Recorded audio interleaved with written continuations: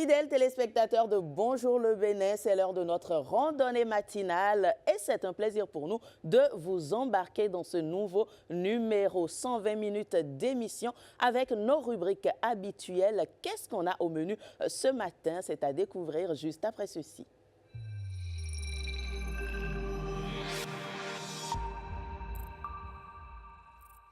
Vous avez certainement entendu parler de la trêve politique au Bénin, mais plusieurs amalgames sur le sujet. Le paysage politique béninois évolue vers un nouveau cadre depuis la proclamation des résultats définitifs de la présidentielle. Une phase marquée par un temps politique plus structuré en l'absence d'échéances électorales immédiates. Mais quels sont les enjeux pour la démocratie et la gouvernance? C'est à suivre dans cette émission. Festival international francophone de slam et de poésie, une vitrine de la parole engagée, de la créativité et des artistes venus de divers horizons pour déclamer, partager et faire vibrer le public. De quoi retourne une telle initiative? On en parlera tout à l'heure justement dans Événement à la Une avec Patrick Djossou. Et puis, la communauté internationale célèbre ce 5 mai la journée internationale de la sage-femme, actrice essentielle du système de santé. Elle accompagne la vie de la grossesse à l'accouchement, souvent dans des conditions exigeantes. On en parle dans Instant Santé tout à l'heure avec Christelle Tongodo. Mais d'abord, l'heure du bulletin d'information est sacrée. C'est parti pour le premier rendez-vous avec Génial Afouda, Moussi Agbouka.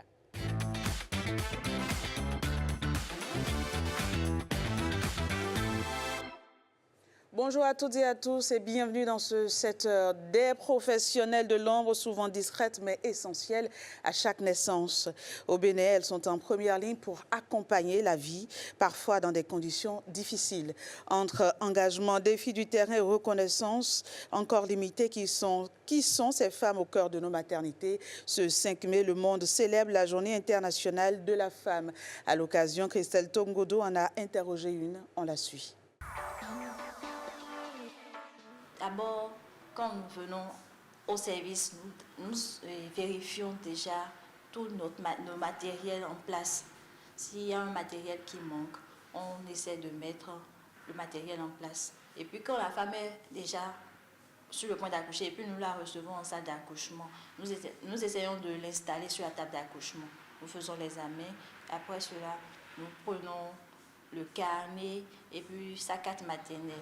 En dehors de ça, si elle a eu des échographies à faire, nous prenons les échographies, histoire de vérifier. Quand elle est en phase de latence, nous essayons de l'observer. La phase de latence, c'est quand le col n'est pas encore totalement ouvert, dilaté, jusqu'à 3 cm. On parle de phase de latence. Maintenant, à partir de... Quand le col est dilaté à 4 cm et au-delà, on parle de la phase active.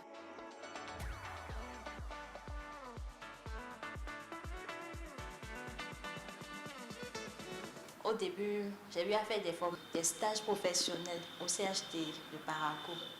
Après cela, je suis venue à Cotonou ici. J'ai travaillé dans une clinique de la place. J'ai eu à faire 300 accouchements. Et un complément d'information sur cette journée dans quelques instants, ici même sur notre plateau, dans notre rubrique Instant Santé.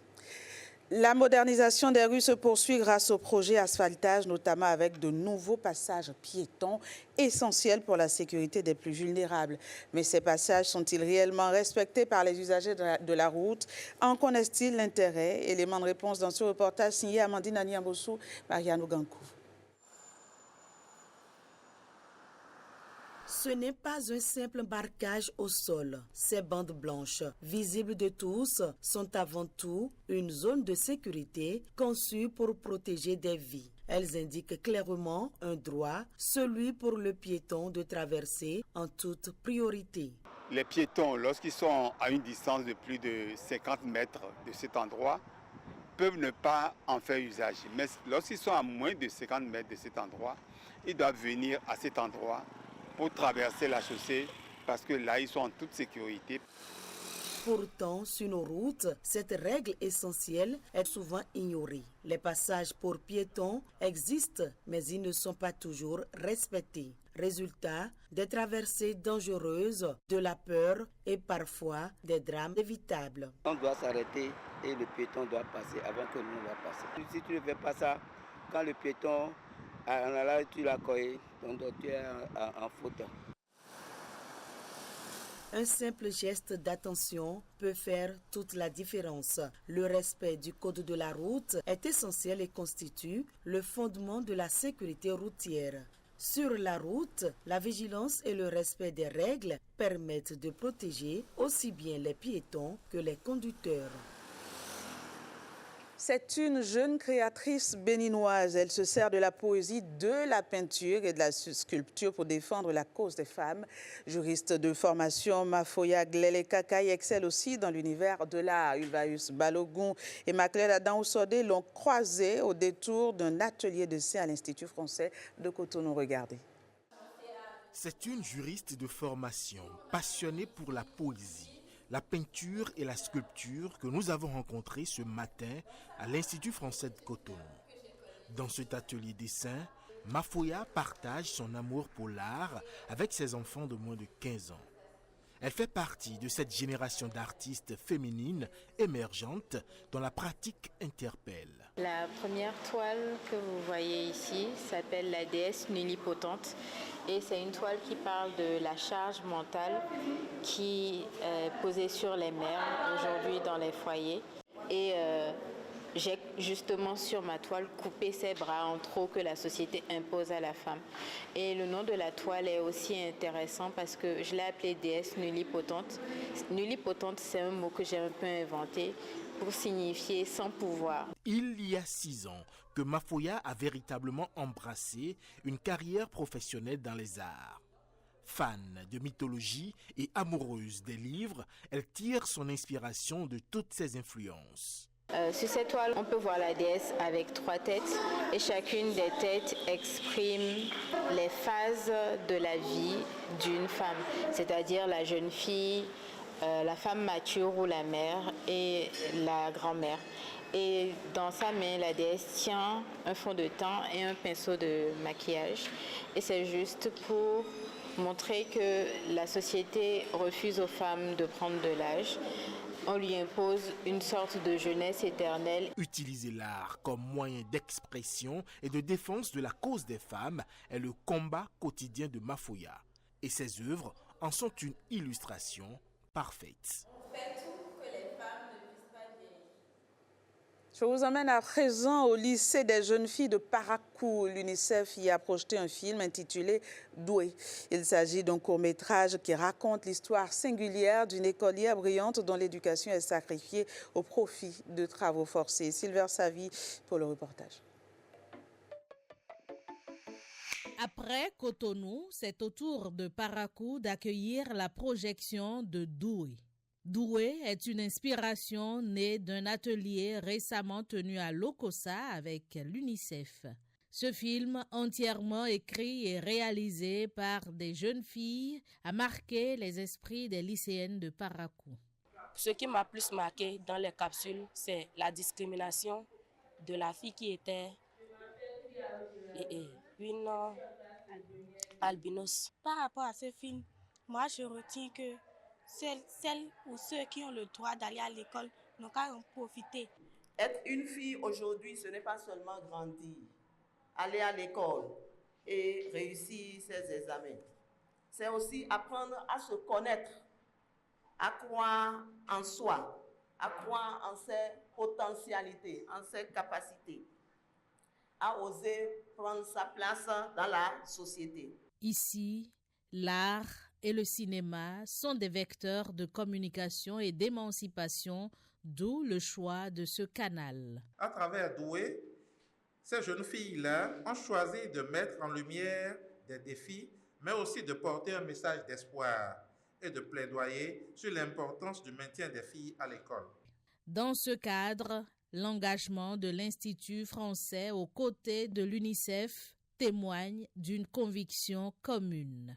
C'est tout un plaisir, un honneur pour l'Institut français du Bénin de s'associer à cette initiative qui porte sur la projection d'un film réalisé par de jeunes adolescents et sur des thématiques d'actualité et des valeurs que l'Institut français porte, notamment le leadership féminin, le droit à la scolarisation des filles, l'émancipation de la femme. À travers ce film, l'UNICEF fait la lumière sur les défis des filles des communautés béninoises.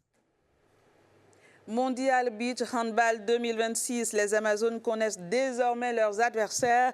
Qualifiés il y a une semaine à Lomé pour le championnat du monde suite à leur sacre continental, les Béninoises héritent du groupe D. Cette Tondi Metoli nous présente ici les équipes qu'elles auront à affronter en Croatie. Regardez. Le sort loge le Bénin dans un groupe D particulièrement relevé. En terre croate, Shukrat Imoru et ses coéquipières auront fort à faire. Les Amazones seront opposées à l'Argentine, au Danemark et aux Philippines. Dans ce groupe, le Bénin fait figure de petit poussé, au regard du vécu impressionnant de ses adversaires. L'Argentine, championne d'Amérique du Sud et centrale 2026, mais aussi vice-championne du monde 2024, s'avance comme la grande favorite de cette poule D. Derrière suit le Danemark. Les Scandinaves, réputés pour leur jeu rapide et leur discipline tactique, font partie des sérieuses prétendantes au sacre final. Et puis, il ne faudra pas négliger les Philippines, présentes pour leur deuxième championnat du monde et bien décidées à franchir un cap. À Zagreb, les championnes d'Afrique sont attendues. Elles devront se sublimer, hausser leur niveau de jeu, pour exister, mais surtout pour marquer les esprits. Vous le savez sans doute, le marché de friperie de Missebo est désormais installé à PK3, un nouveau site qui fait le bonheur des usagers nationaux, mais aussi étrangers. Le constat avec Patrick Dosso, regardez. Le marché de PK3 marche. Phrase poétique d'un usager étranger. Étrangers?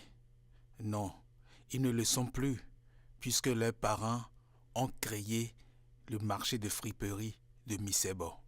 Le ressortant du Nigeria, vraiment, c'est notre grand-père qui ont développé cette affaire de friperie ici au Bénin. Je suis chef de Ghanaiens en Cotonou ici, 36 ans en Cotonou. Dans le Missebo, c'est commencé, je suis né dans le Missebo. Missebo a commencé depuis. Souvenir du passé, rappel du présent. Ce marché est un marché moderne qui répond aux normes internationales de sécurité et de propriété. Vraiment, le marché est très beau. Le marché est bien construit. Le marché a de l'espace. On est à l'aise ici, on est propre, on est tout ça. Vraiment, on est content. Au Nigeria, il n'y a pas de marché friperie qui existe connu par l'État. Il y en a ça dans Ghana. C'est le plus grand dans l'Afrique de l'Ouest, je peux dire même. Parce que je n'ai jamais vu un tel marché plus grand et propre. Donc c'est à ce titre que vraiment nous remercions le chef de l'État. Devoir de reconnaissance, devoir de mémoire.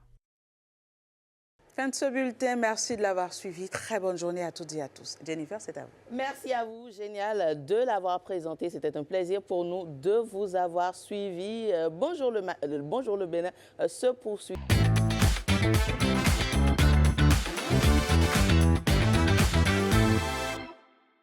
Je vous l'annonçais en titre, on parle aujourd'hui d'un festival international de slam et de poésie, mais pas que, n'est-ce pas? Bonjour Patrick. Oui, bonjour Jenny Assier. Oui, aujourd'hui on va parler de festival. On va parler aussi de journées. Il y a beaucoup de journées qui se plantent dans cette journée, le 5 mai. Le 5 mai, c'est la journée mondiale du patrimoine africain ou la journée du patrimoine mondial africain. On va revenir là-dessus tout à l'heure. C'est aussi la journée mondiale des mains lavées ou du lavement de mains. La journée mondiale, non pas du lavement de mains, la journée mondiale de l'hygiène des mains. Des mains. Oui, la journée mondiale du lavement des mains, c'est en octobre, c'est le 5 octobre. Et c'est aussi la journée mondiale de la sage-femme. Mais nous n'allons pas parler de cette journée. Et c'est enfin la journée mondiale de l'asthme. Ça fait beaucoup de journées mondiales. Maintenant, on peut parler de ces journées mondiales de l'hygiène de la main, de sages-femmes ou d'asthme, parce que nous confions ça. Oui, on confie ça à la santé. On ira sur d'autres sujets. Et le premier sujet dont nous allons parler, ce n'est pas simplement une journée mondiale, c'est une fête mondiale. C'est un festival, le festival international francophone de slam poésie. Alors, c'est même bon. Oui. C'est l'enfant noir. C'est même au Khliché. J'ai grandi maintenant. C'est Khliché. Oui, j'ai grandi. Ce n'est plus l'enfant, c'est Khliché. Oui, j'ai grandi. Oui. Alors, c'est même bon, l'invité de Marc. Pourquoi lui?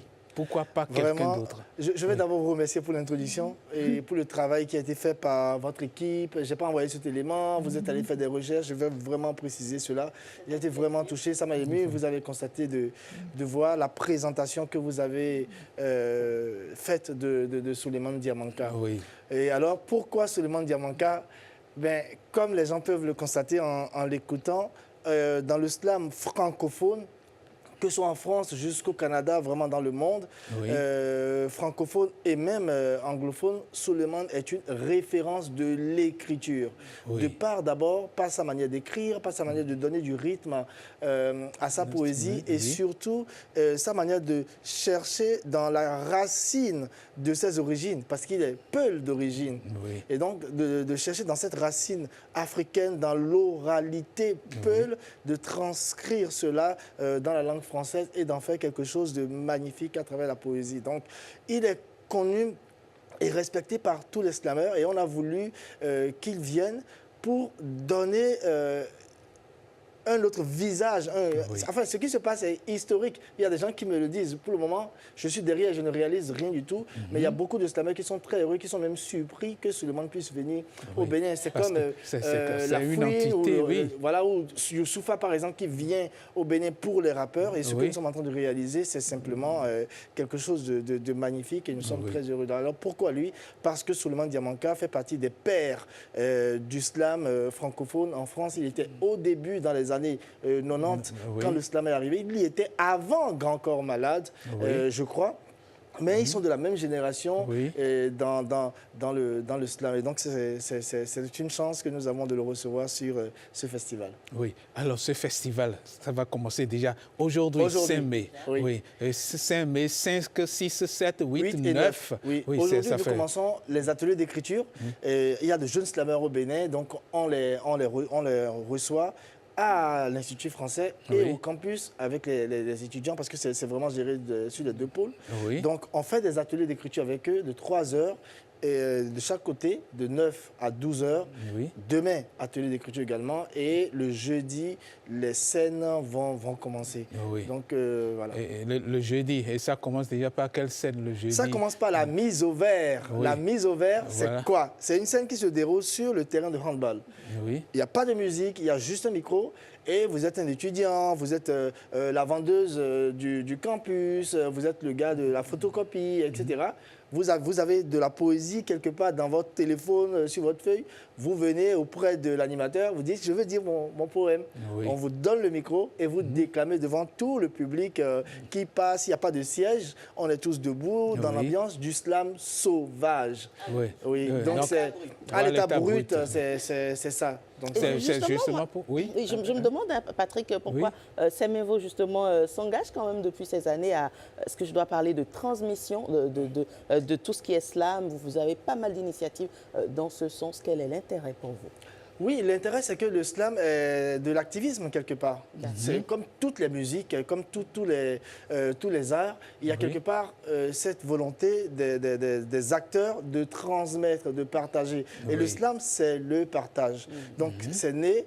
Quand vous écrivez votre texte, évidemment, la première des choses que vous faites, vous allez voir le public et puis vous partagez votre poème aux gens. Donc, après, il y a des gens qui disent, bon, je ne sais pas écrire, je suis timide, donc on se dit, bon, on va mettre des ateliers à côté pour des gens qui n'ont pas les armes pour se parler devant un public, pour même écrire, on leur donne des outils pour pouvoir s'améliorer et travailler. Donc, c'est le but de ces ateliers. Alors, nous, on le fait depuis très longtemps parce que je suis un passionné de je vais dire du partage et de rencontres. Comme je dis, la vie est une rencontre et nous avons tous pris rendez-vous. Donc, à travers les ateliers, à travers ce festival, à travers les concerts, j'aime bien finir un concert et après boire un verre avec le public, discuter avec les gens. Original. C'est toujours ça, je finis un concert, il y a toujours un after simple qu'on fait et c'est toujours beau d'entendre les gens venir vous dire vraiment j'ai aimé ceci, vous avez dit ça, qu'est-ce que ça veut dire et tout. Voilà. Et donc on échange, donc c'est surtout pour les rencontres. Oui, c'est même vos rires. Alors la mise au vert, j'attire l'attention des téléspectateurs. Le vert, c'est le vert de la poésie. Le vert de la poésie, c'est ça. Le vert de la mise au vert, c'est le vert de la poésie. Et en principe, quand on dit on ne sait pas encore, on est en train de courir pour que quand vous dites votre texte, que vous ayez quelque chose à boire.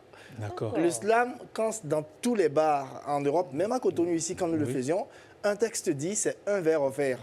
Donc, bon, dans les bars, c'est de la bière. Donc, bon, voilà, pour le moment, on a commencé les démarches depuis pratiquement 1 an et demi pour ce festival. On a commencé par l'organiser depuis 1 an et demi. Souleymane, je suis derrière lui depuis 2019. J'ai été à des concerts pour aller le voir, pour lui dire tu dois venir au Bénin, mes frères doivent te rencontrer.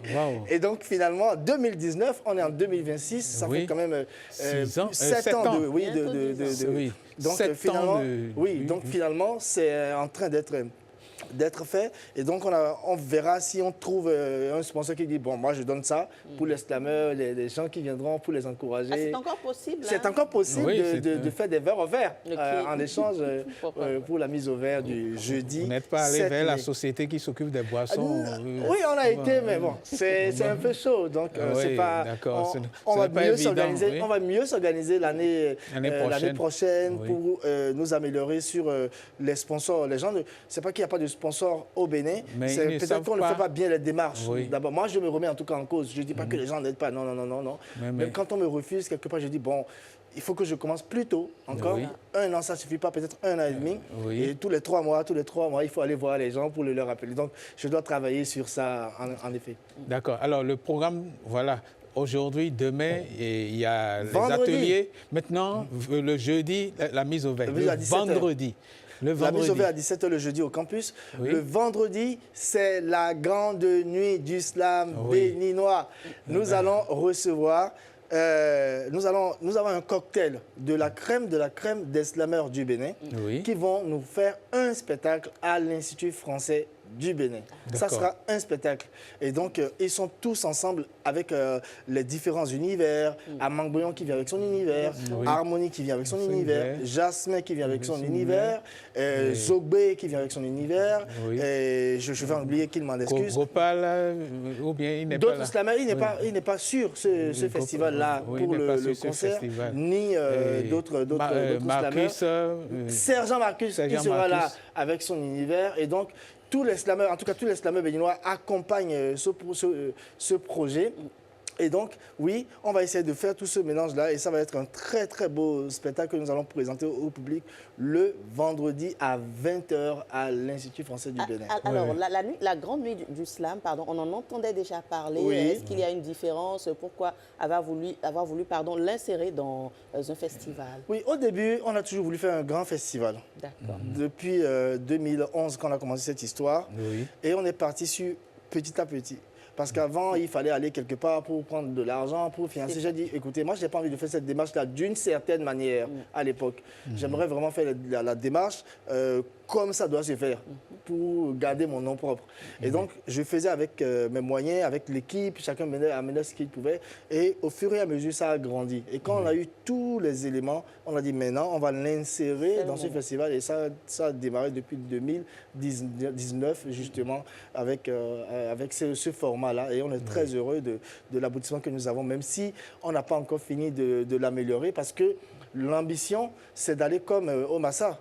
C'est de faire comme Massa, de faire vraiment 7 jours de slam, d'aller dans les écoles, même pour faire des spectacles avec des collégiens, et d'aller dans des marchés sur des grands carrefours pour faire de la poésie, pour amener la parole dans nos rues. Donc voilà un peu l'évolution du Festival francophone international de Sans Poésie. D'accord. Alors le vendredi, la grande nuit du slam. Il y a Et le samedi? Le samedi, c'est l'apothéose, comme on dit. Donc voilà, le samedi, nous allons vivre le One Poet Show de Souleymane Diamanka, le donneur de parole d'honneur. Il a une écriture exceptionnelle. Et il a cette façon de dire le texte, d'emporter le public à travers chaque univers, la beauté de sa manière de déclamer, décrit parfaitement les étoiles qu'il met dans son écriture. Donc ça sera vraiment quelque chose, un moment poétique, un moment émotionnel que nous allons vivre le samedi à 20h à l'Institut français. C'est le One Point Show de Souleymane Diamanka. Oh, merci. Donc, on a déjà tout le programme. Merci. Est-ce qu'il y a un dernier mot? Bon, il n'y a pas de dernier mot, un mot de fin pour... Oui. J'aimerais dire merci à tous les slameurs qui ont accepté de participer à ce festival. Je veux vraiment les remercier pour leurs efforts, pour leur générosité, le sacrifice que chacun a fait pour accompagner ce projet. Je veux remercier l'équipe qui est derrière moi, qui est en train de m'accompagner, tous les slameurs qui sont en train de faire les ateliers d'écriture et le ACE qui a accepté de nous accompagner. Je veux remercier aussi l'Institut français du Bénin et bien évidemment la DAC qui nous soutient aussi énormément dans la communication de ce projet. Merci infiniment. Merci à vous aussi. Merci pour ce festival, qui va nous tenir en haleine. Merci beaucoup. Merci. On prend le rendez-vous aujourd'hui déjà. On prend le rendez-vous déjà.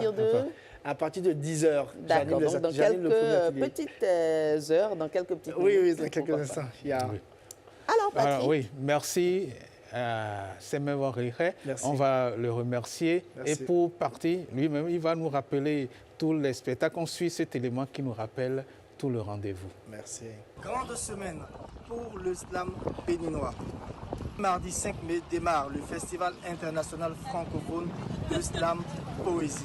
Au programme des ateliers d'écriture, mais surtout 3 grandes scènes. Le jeudi 7 mai, sur le campus d'Abomey-Calavi, le terrain de handball aura lieu la mise au vert, une scène ouverte à tout le public. Le vendredi, la crème de la crème du slam béninois sera à l'Institut français du Bénin à partir de 20h pour la grande nuit du slam. Enfin, notre invité international sera sur scène le samedi 9 mai. Il s'agit de Souleymane Diamanka, le donneur de parole d'honneur. Prenez le rendez-vous, soyez des nôtres. La vie est une rencontre, nous avons tous pris rendez-vous. Merci infiniment. Rendez-vous pris donc, Patrick. Merci infiniment, pas infiniment, infiniment. Alors, merci infiniment. Aujourd'hui, nous sommes dans une journée qu'on considère comme la journée du patrimoine mondial africain. Cette journée nous permet de faire un tour, de nous interroger sur certains animaux, sur certaines particularités d'animaux. Nous allons commencer d'abord par parler de la préservation en général et puis aller à la préservation faite par chacun de nous. On suit cet élément d'abord. Une rencontre inédite à l'intérieur de cette réserve animalière. Ce grand mammifère carnassier, le guépard, animal emblématique de ce parc, il en abrite d'ailleurs près d'une vingtaine de têtes de ce spécimen. À quelques encablures, cette petite famille de babouins. Et à côté, ces troupeaux de coqs de buffon et de buffles, l'expression de la quiétude retrouvée par ces animaux sauvages. À plus de 600 km de ces aires protégées, le cliché n'est souvent pas le même. Des menaces pèsent sur les réserves de faune et on pointe du doigt les incursions des groupes terroristes à la frontière nigérienne et burkinabé. Ce parc Pendjari, sous gestion déléguée d'African Parks depuis 2017 et 2021 pour le W, constitue l'une des rares réserves de la biosphère du continent les mieux protégées. Des rares réserves, vous voyez, une réserve à protéger. Et ça, c'est une réserve. African Park protège de manière générale, disons, c'est une structure. Maintenant, chacun de nous est porter vers la protection des animaux à protéger. Et on va suivre une dame qui protège aussi un animal spécial, le crocodile. Un calme légendaire, un sourire presque envoûtant.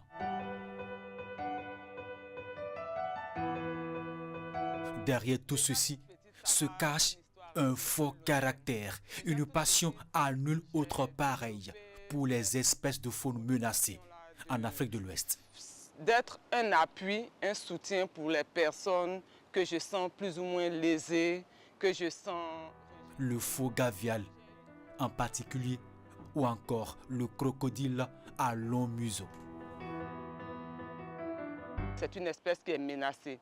Et en tant qu'espèce menacée, logiquement, elle devait avoir l'attention de plusieurs personnes qui voudraient intervenir pour le maintien de l'espèce. Mais malheureusement, avec ce que les médias nous ont montré comme danger affilié au crocodile, parce que dès qu'on parle de crocodile, les gens ont peur, ils sont stressés, c'est le danger permanent avec les crocodiles. Donc ça fait que très peu de personnes s'engagent dans la conservation des crocodiles.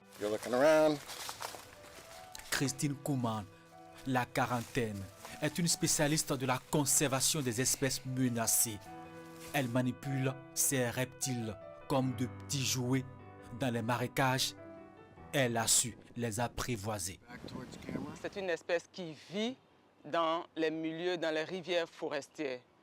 Et la déforestation est aujourd'hui un fléau, je dirais, général, particulièrement en Côte d'Ivoire, où on a perdu plus de 70% de notre couvert végétal depuis les années 60.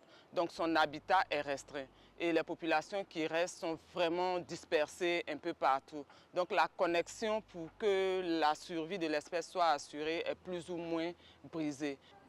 Pas forcément parce que l'espèce est ciblée, mais il y a des prises accidentelles.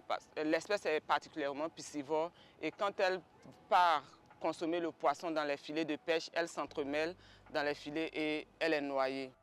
Depuis près d'une douzaine d'années, elle s'est donnée pour mission de protéger ces crocodiles.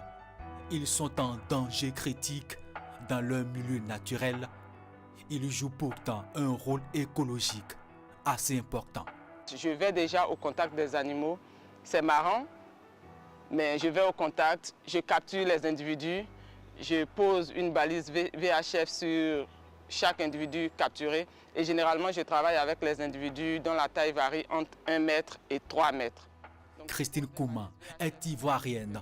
Elle voudrait élargir son champ de protection et de conservation de ces espèces encore méconnues du grand public.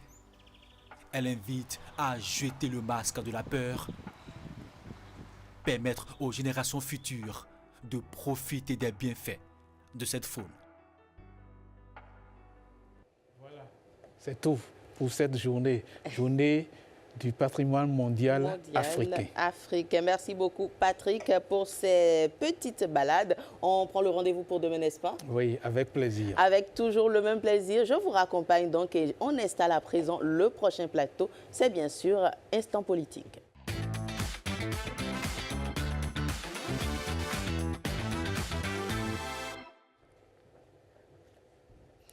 Le paysage politique béninois évolue vers un nouveau cadre depuis la proclamation des résultats définitifs de la présidentielle. Je vous l'annonçais en titre, une phase marquée donc par un temps plus structuré, désigné comme une trêve politique en l'absence d'échéances électorales immédiates. Dans ce nouveau contexte, donc, des expressions, des prises d'opposition, les critiques également s'inscrivent dans une dynamique qui se veut davantage mesurée et institutionnalisée. Mais que comprendre déjà de cette nouvelle séquence politique et quelles en sont les implications pour la gouvernance et pour la démocratie? Autant de questions qui trouveront réponse sur ce plateau. Pour en parler, nous sommes avec Julio Tometti. Bonjour et bienvenue. Bonjour Madame Sativi et bonjour aux téléspectateurs de la SRTV. Un plaisir de vous avoir sur le plateau avec nous ce matin. Alors déjà, on va entrer dans le vif du sujet. Que comprendre par la notion de trêve politique? D'abord, prenons le premier élément de l'expression, la trêve. La trêve s'entend en fait en situation de conflit, en fait, d'un répit ou d'une suspension. Dans le domaine militaire, on parle, ou de guerre, on parle beaucoup plus de, comme nous l'entendons, en fait, des suspensions des mesures d'hostilité d'une manière ou d'une autre, parce que les circonstances le commandent. Et quelles peuvent être ces circonstances-là? En matière politique notamment, c'est lorsqu'il existe ou il arrive des faits qui, de leur importance, permettent en fait aux uns et aux autres de se dire il faut que nous prenions un répit, histoire de régler en fait ce que nous avons de commun, quitte à pouvoir peut-être reprendre notre situation conflictuelle. Et donc, de tout le temps, la question de trêve a été une question limitée dans le temps. Donc, on parle de suspension des hostilités, quel que soit le domaine. Et qu'ils vous souviennent, un truc là, qu'on appelle en 2024, lorsque ça tanguait un peu pour le gouvernement Macron, et à la veille des Jeux olympiques et paralympiques, le président Macron a sollicité une trêve parce que, en fait, Paris devait être, comment dire, en lumière. Et donc, il faut qu'on range de côté nos différents politiques, histoire de nous tourner vers ce qui nous rassemble le plus. C'est un peu ça que le constituant béninois a voulu expérimenté dans l'article 5.1 de la Constitution révisée de 2025 qui instaure une période de trêve politique allant de l'élection du nouveau président de la République jusqu'à 12 mois avant les prochaines élections. Et donc, pendant 6 ans, on a institué une trêve. Et si la nouveauté, c'est que, en fait, au Bénin, ça a été constitutionnalisé. Dans d'autres pays, en fait, c'est par la volonté des acteurs ou par des actes réglementaires, en fait, que la trêve est instituée. Mais ici, ça a été constitutionnalisé. C'est-à-dire que nous voulons le mettre un peu, en fait, dans les habitudes. Et qu'est-ce que cela signifie concrètement? Cela signifie, en fait, que pendant 6 ans, les acteurs politiques, notamment, comment dire, autrement que nous avons l'habitude de le voir, que la contestation politique ne soit plus systémique ou systématique, pourrait-on le dire. Et donc, la contestation politique doit s'inscrire, en fait, dans une critique de l'action gouvernementale orientée, en fait, vers de meilleures perspectives, c'est-à-dire des propositions et contre-propositions. Ce que la loi constitutionnelle a dit, la décision constitutionnelle a prescrit, c'est qu'il ne peut pas avoir, en fait, d'activité politique à but électoral, comme en fait les campagnes électorales. Ça veut dire qu'à partir du moment où un nouveau président de la République est élu jusqu'à 6 ans, les critiques, l'expression en fait des acteurs politiques doit être orientée dans le sens en fait de proposer des solutions alternatives à la gouvernance implémentée par le gouvernement. Ça ne veut pas dire en fait qu'il y aura, on va taire toutes les voix discordantes, mais parce que en fait j'ai écouté le président Patrick Talon lui-même en fait le dire. Et il disait, en fait, les gouvernants n'ont pas toujours la science infuse, et donc il faut forcément des regards extérieurs. Et la Constitution aussi a consacré, en fait, le rôle des partis politiques, de l'animation, en fait, de la vie politique, ou dans la perspective de proposer, en fait, des alternatives à la gouvernance. Et donc, de ce point de vue, la liberté d'expression, l'animation de la vie politique reste telle. Mais, en fait, ça ne doit pas, pendant les 6 années, avoir une connotation électorale. Qu'ils vous souviennent par le passé, à travers notamment le code électoral et l'achat des partis politiques, on a voulu peut-être circonscrire d'une manière ou d'une autre la période de campagne électorale à 2 semaines. Et on dit, avant ces 2 semaines-là, ou une période allant de 6 mois avant les élections, il ne peut plus avoir de distribution de gagés, il ne peut plus avoir de présents, pour que en fait, le jeu politique ne soit pas dévoué d'une manière ou d'une autre. Et donc, mais à la pratique, combien sommes-nous ou quels sont les acteurs qui respectent fondamentalement cela? On a l'impression que les acteurs politiques sont tout le temps sur le terrain. Les acteurs politiques sont tout le temps dans le jeu électoral, de sorte que la contestation politique devient systémique. C'est-à-dire on ne conteste pas parce qu'on veut une amélioration de la gouvernance, mais on conteste en mettant toujours l'accent sur ce qui ne va pas et pour être en train de solliciter en fait l'électorat à tout moment par rapport à une probable alternative. C'est vrai que l'alternance est une belle chose, mais ça doit être circonscrit pour donner en fait du sens aussi à la gouvernance. Parce que comme je le disais tantôt, en reprenant les mots du président Patrice Talon, le gouvernement a aussi besoin en fait de ces solutions alternatives. Et c'est l'invite même en fait à la classe politique, notamment de l'opposition par rapport à la gouvernance en place, de pouvoir dans la construction contribuer d'une manière ou d'une autre à l'orientation des politiques publiques. Alors quand je vous suis, tout en début justement, lorsque je parlais de la notion, vous évoquiez d'autres nations, donc la trêve a existé et existe sous d'autres cieux et même sous d'autres formes. Mais lorsqu'on revient dans notre contexte béninois, on sait ce qui a toujours, je dirais, qualifié, ce qui a toujours défini notre fonctionnement de l'opposition. Est-ce que la classe politique de l'opposition ne sera pas un peu, je dirais, désœuvrée? Non, la classe politique ne sera pas désœuvrée. La classe politique sera davantage plus responsable. La classe politique, dans ses analyses, dans ses prises de position, sera davantage plus pointue. La classe politique, oui, la classe politique ira plus en fait vers des recherches de solutions alternatives et non de la contestation à tout va. Je vais reprendre peut-être, je vais reprendre les mots d'un acteur politique, par exemple, qui a dit. On prend peut-être, par exemple, une mesure de protectionnisme par rapport à nos matières premières, parce qu'à un moment donné, il y a eu une sorte d'inflation due en fait à une exploitation incontrôlée et qu'il y a aussi, nous sommes en train d'implémenter en fait la transformation de nos produits locaux chez nous. Et donc, il s'est fait que le gouvernement, à un moment donné, a pris des mesures de protection d'une certaine façon. Et qu'est-ce qu'on n'a pas pu entendre que des acteurs politiques ont dit que cette mesure-là est mauvaise. Et que ça ne doit être jamais appliqué. Ils sont même allés vers les populations pour que ces populations-là fassent front contre une mesure gouvernementale. Là, en fait, nous ne sommes plus concrètement dans la légalité. Ça aura été un peu plus responsable que on démontre en fait les failles de cette mesure de protectionnisme et les solutions alternatives que le gouvernement peut avoir, tant en garantissant la libre circulation des biens et des personnes, c'est-à-dire que les personnes soient en même temps capables d'exporter leurs biens, mais que nous soyons capables aussi de régler la question d'inflation en fait qui avait cours et aussi en fait la disponibilité de ces matières-là pour en fait nos industries qui sont en train de naître. C'est une attitude qui commande en fait aux partis politiques d'opposition d'aller plus au-delà du simple critique, d'accord, pour aller eux-mêmes analyser les politiques publiques, histoire de pouvoir proposer en fait des alternatives en termes de solutions. Vous prendrez toujours plus, comment dire, au sérieux quelqu'un qui vient dire que telle chose n'est pas bonne et qu'au lieu de faire ça, on aurait pu faire si, avec peut-être même de la documentation autour. Ça forge même en fait l'activité politique. Donc l'activité politique s'inscrit désormais en fait dans une sorte de construction, d'accord, et non dans une sorte de remise en cause perpétuelle. D'accord. Alors on comprend que c'est à ça que la classe politique est appelée et il ne s'agit pas d'une cessation ni d'une suspension de tout ce qui est activité. Il y a également, Julio, en lien avec cette dynamique, le pacte de responsabilité républicaine qui apparaît comme un mécanisme de régulation et de concertation entre acteurs politiques. Alors, quels sont les objectifs recherchés à travers cette initiative? Vous parlez de cette initiative toujours en fait dans l'article 5.1 de la Constitution. Et je dis, les acteurs n'ont pas attendu en fait l'élection d'un nouveau président de la République pour le mettre en œuvre déjà.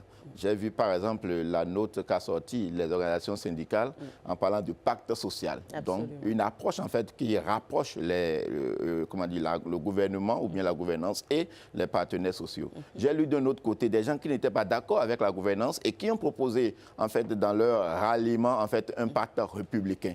C'est-à-dire, je veux nommer un certain nombre d'acteurs politiques peut-être dont je taire le nom, donc qui ont proposé un pacte républicain. Donc c'est une approche en fait qui tient compte de leur vision de la gouvernance qui peut s'allier à un certain nombre d'approches que le gouvernement veut implémenter. Et pour qu'ensemble, on puisse définir quelque chose en fait qui satisfait autant les acteurs que les populations.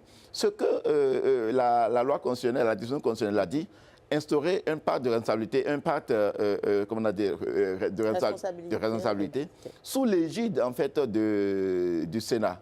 Le Sénat qui est l'institution gardienne en fait de la trêve politique, du respect de la trêve politique, puisque en fait le Sénat peut sanctionner en fait ceux qui contreviendraient d'une manière ou d'une autre aux mesures ou aux dispositions de la trêve. Et donc, sous en fait, comment dire, la médiation d'une manière ou d'une autre du Sénat, il peut peut y avoir un rapprochement en fait entre mouvance et opposition dans la construction en fait de notre pays. Je suis de ceux qui pensent que c'est vrai que le modèle démocratique auquel nous avons été habitués, c'est un modèle fait de contestation perpétuelle. Est-ce qu'il n'est pas temps peut-être d'expérimenter autre chose, mais tout en garantissant en fait l'alternance au pouvoir et l'animation de la vie politique. C'est vrai que lorsqu'il n'y a pas d'échauffourée, lorsque les gens ne s'insultent pas, ne s'invectivent pas, on a l'impression en fait qu'il n'y a pas d'activisme politique. Mais l'activisme politique en fait n'est pas en réalité ça. Il suffit de regarder un peu au-delà, en fait, non pas peut-être de nos frontières, mais un peu au-delà des frontières africaines, pour se rendre compte qu'en vérité, ce que nous avons implémenté depuis 1991 en termes de dynamique politique ou d'animation de la vie politique n'est pas forcément le bon modèle qui satisfait autant cette animation, cette politique, que en fait, la résolution de nos problèmes fondamentaux.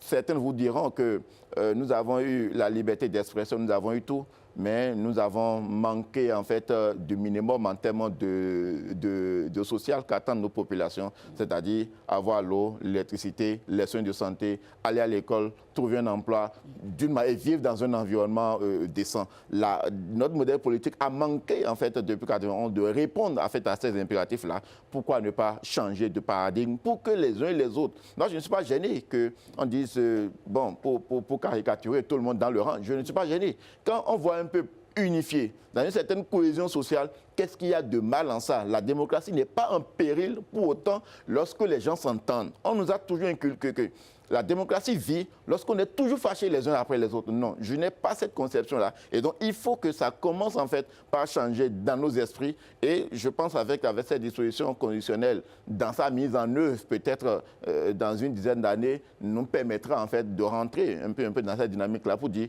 on peut ne pas être d'accord, mais être d'accord en fait à se rapprocher et à trouver des solutions consensuelles. C'est en fait véritablement ce que prescrit d'une manière ou d'une autre la trêve politique et l'aménagement par rapport au pacte de responsabilité républicaine. Est-ce que vous pensez que la mayonnaise va prendre ou peut-être à commencer déjà à prendre? Vous n'êtes pas sans savoir, il y a le parti d'opposition, les démocrates, qui entend réorganiser un peu sa structure, faire des formations pour que ces militants puissent militer justement dans ce sens, en tenant compte de cette réalité-là pour ne pas entrer dans le décor. Bien entendu, ça va rentrer. Et quand je prends les partis politiques, vous le disiez si bien, nous avons déjà un arsenal politique qui répond à ce besoin-là. Vous ne savez pas qu'il est prescrit, par exemple, aux partis politiques d'avoir des écoles en fait, de partis qui doivent être en fait, des leviers en fait, de développement de ce réflexe en fait, démocratique et de participation à la vie politique. Et donc, cette thématique feront sans doute désormais, si ces écoles de partis fonctionnent notamment, ces thématiques seront au cœur en fait, des communications, des sensibilisations, des formations en fait, que les plus jeunes militants au sein de ces partis politiques-là vont toucher du doigt et seront capables même d'expérimenter. Et je pense en fait que c'est les gens de notre génération, de ma génération et celle qui vient d'après moi, qui seront véritablement ceux qui seront en fait non peut-être pas bénéficiaires, mais ceux qui expérimenteront véritablement une autre façon en fait de faire de l'activisme politique. Est-ce que, j'aimerais pas forcément m'appesantir sur les LD, mais est-ce que c'est un exemple à suivre parce qu'ils ne sont pas forcément, ce parti n'est pas le seul d'opposition? Est-ce qu'il faut emboîter le pas selon vous?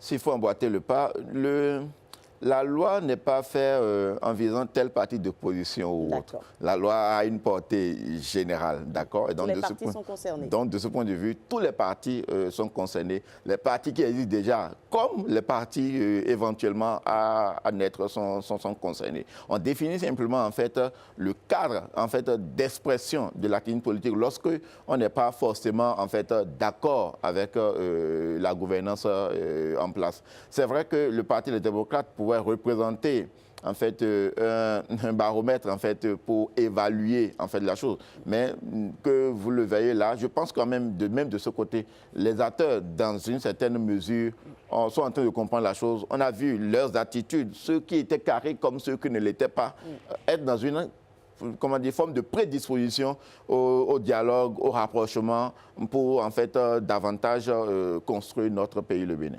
Et justement, quels sont les acteurs concernés par ce dispositif en dehors de la classe politique? Vous commenciez à parler de la société civile.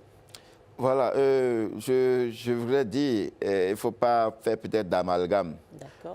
Les partis politiques sont ceux que la loi a habilités pour animer la vie politique. Mais parfois, on a l'impression que certaines franges de la société civile ou même des partenaires sociaux s'érigent en fait sur la scène politique et fonctionnent exactement comme les partis politiques.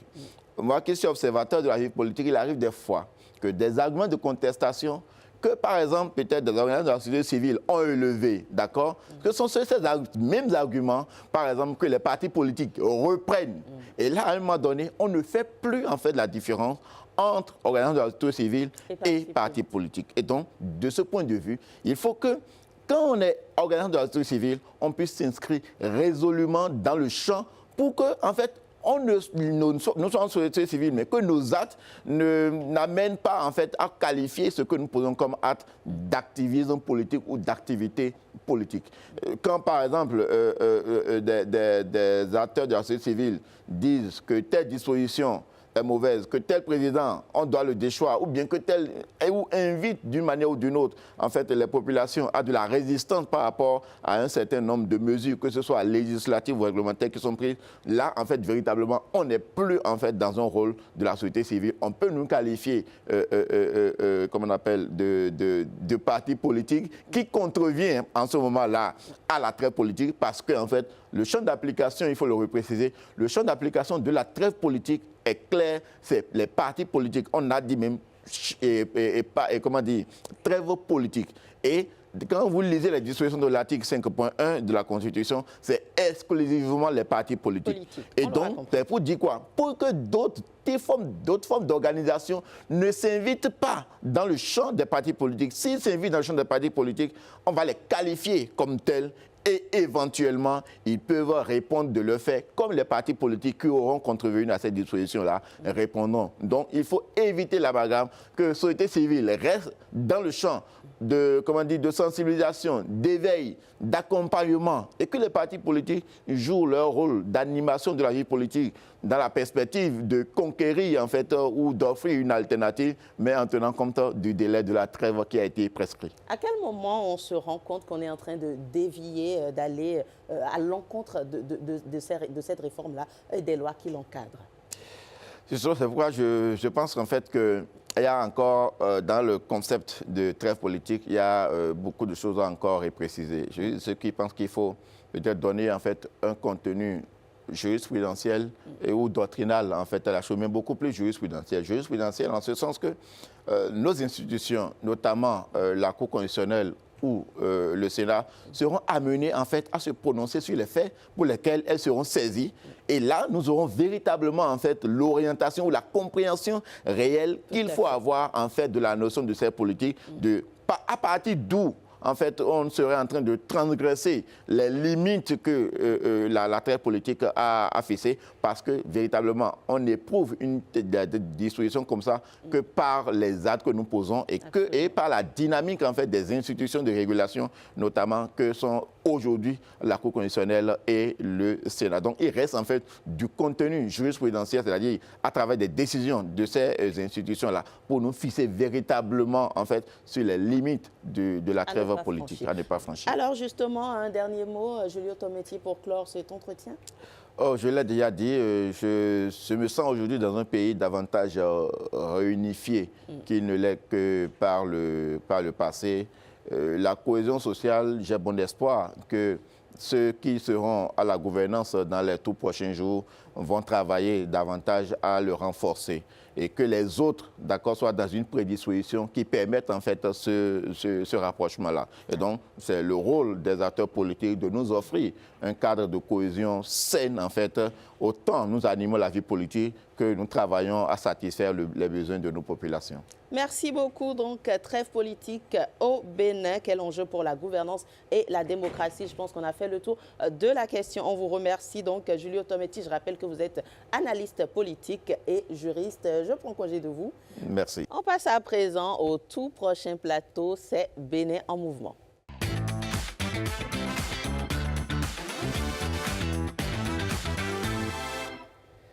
Toujours fidèle à l'harmonie des couleurs, Ghislaine, bonjour. Je finirai par croire que Jennifer m'a jeté un sort. Laissez tomber, vous ne pourrez y échapper. Bonjour Ghislaine. Ben, ça fait plaisir. Hein? Bonjour Avec Jennifer, beaucoup comment de ça plaisir va? également. Je vais bien et vous? Tout joli dans Merci, ce temps. et vous donc? J'aime bien. Merci, je vais rougir là. Ah là là, pardon. Alors aujourd'hui, on va encore à Seck-Bouré. Oui, Seck-Bouré, on ne peut pas y échapper. On ne peut pas parce y qu'on est échapper. revenu avec beaucoup d'éléments, avec de très beaux éléments et on ne peut sincèrement pas y échapper. Même si tout à l'heure je disais que je finis, je descends de Seck-Bouré aujourd'hui. Je dis impossible. Vous y restez totalement. On va parler de Seck-Bouré parce que Seck-Bouré, c'est en réalité, comme on le disait hier, une destination émergente, une destination qui est en train de s'ouvrir, une destination qui mérite qu'on y mette de la lumière, comme toutes les destinations du Bénin d'ailleurs. On va, pour commencer, réécouter en profondeur les expressions, je dirais, donc, de ce cadre de la localité, le ministre d'État Pascal Irénée Koupaki.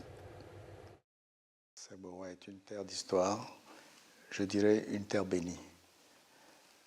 Seck-Bouré a joué un grand rôle par le passé, du temps de la colonisation, puisque vous observez bien que Seck-Bouré est entre Ouida et Agoué. Et quand on regarde l'histoire de la région, on se rend compte qu'il y a eu des comptoirs coloniaux à Seck-Bouré. Et vous avez vu les vestiges si vous avez traversé Seck-Bouré, le centre de santé ou la pharmacie, la gare et d'autres endroits. Mais depuis la décentralisation de notre pays, Seck-Bouré a manqué de prendre l'essor qu'il devait prendre. Mais ce n'est pas grave, puisque tout se reconstruit chez nous, puisque nous sommes à l'AFIA 2060, le monde des splendeurs. Donc, Seck-Bouré doit retrouver cette splendeur. Évidemment, on ne peut pas construire un développement sans fonder ce développement sur l'histoire et la culture. Sur l'histoire, nous venons de voir que c'est une terre d'histoire. Sur la culture, nous avons toutes les religions ici, dans Seck-Bouré, comme partout ailleurs dans la commune de Pomassé. Donc, le développement local de Seck-Bouré doit partir de la politique nationale de développement. Et comme c'est d'actualité cet an dernier, on dit qu'on va créer des pôles de développement dans les régions du Bénin. Mais quand on crée des pôles de développement,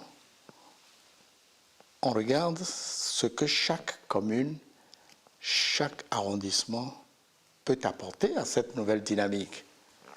Et sur ce plan, Seck-Bouré a des atouts.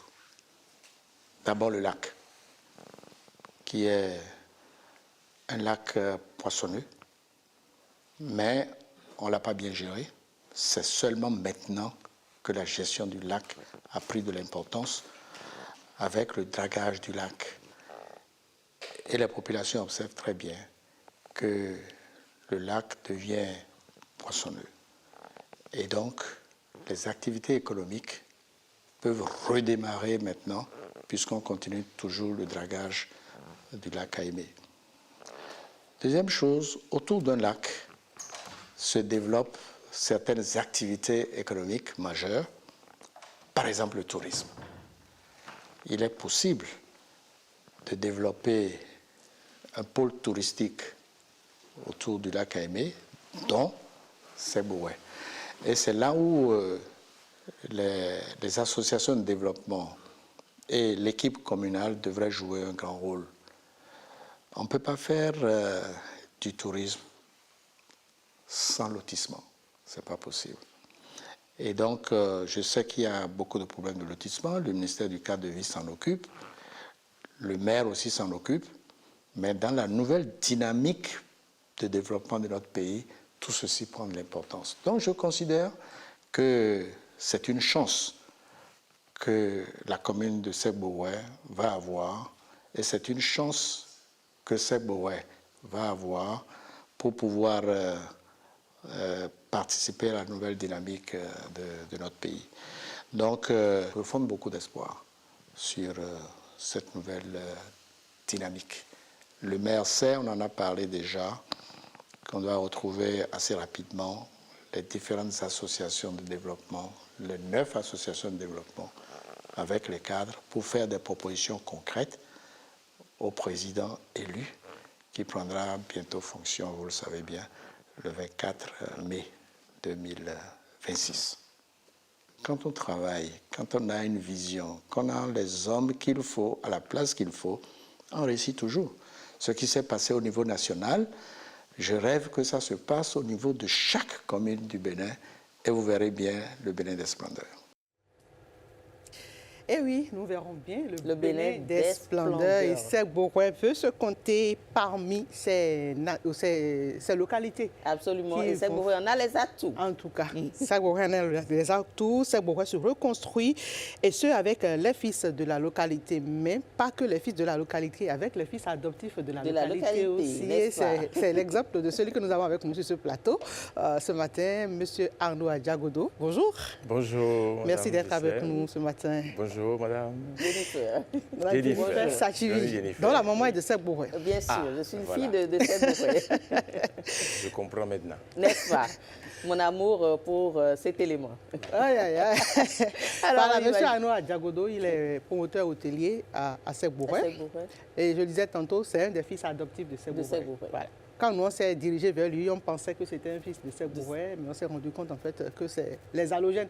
N'est-ce pas, comme on le dit. C'est les halogènes de Seck Bourouin. Monsieur Arnaud Adjagodo est promoteur hôtelier et il est un amoureux du tourisme et du tourisme local. C'est ce pourquoi nous avons voulu qu'il soit avec nous sur ce plateau ce matin pour nous dire déjà qu'est-ce qui l'a attiré à Seck Bourouin, principalement lui, qui est de la région d'Abomey. Ah, quand même, hein? Les Adjagodo sont d'Abomey. Oui.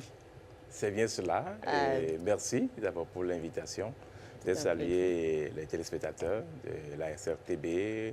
Vous remercier déjà pour avoir mis ce zoom sur Seck Bourouin, qui est une localité importante de notre pays, qui hier avait une grande place dans l'architecture administrative et qui veut aujourd'hui retrouver cette place-là dans le Bénin des splendeurs que nous rêvons tous. Alors, je crois que ce qui vous est arrivé, c'est ça qui m'est arrivé moi aussi. Vous étiez allé en promenade, oui, vous avez eu un coup de cœur, parce que c'est le cas. On découvre, on veut redécouvrir. Plus on s'approche, plus on en est amoureux. Et puis, bon voilà, ça devient une affaire de passion. Voilà. Moi, j'ai bien vous demander, avant que vous n'allez plus loin, est-ce que votre passion n'a pas été un peu plus profonde? La question à se poser. Hein, là, vous savez, moi, je suis petit-fils du roi Guézo. D'accord. Et vous avez pu visiter à peine 1 kilomètre de Béné-Hôtel-Aimé, le village Guézokwe, littéralement maison du roi Guézo, où les pratiques observées là-bas sont totalement assez différentes quand même des manières de vivre des populations locales. Donc, ce brachage, disons, ne date pas d'aujourd'hui. L'histoire de Seck Bourouin, c'est aussi ça. Il y a eu beaucoup de populations d'ailleurs ou des régions environnantes qui sont venues s'installer un moment ou qui sont venus et sont restés. Et ce brachage donne la richesse que vous voyez aujourd'hui, et quelque chose qui crée une singularité. Hein, et quand vous venez découvrir, d'une certaine manière, vous vous y attachez.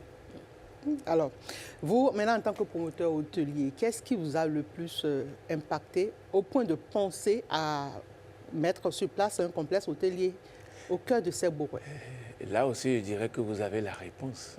Le lac Aimé, au-delà, le lac Aimé transporte toute une histoire, à travers, que ce soit à travers les récits de feu Jean Pliard, ou la chanson de J.J. Viquet.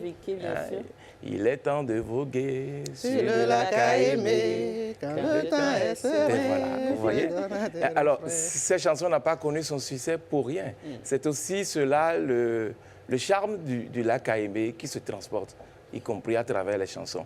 Et donc, il y a ce lac est un patrimoine inestimable, qui est encore, il faut le dire, sous-valorisé, mais qu'on découvre chaque jour. C'est cela qui nous a amené à vouloir contribuer à la promotion de l'écotourisme dans notre pays.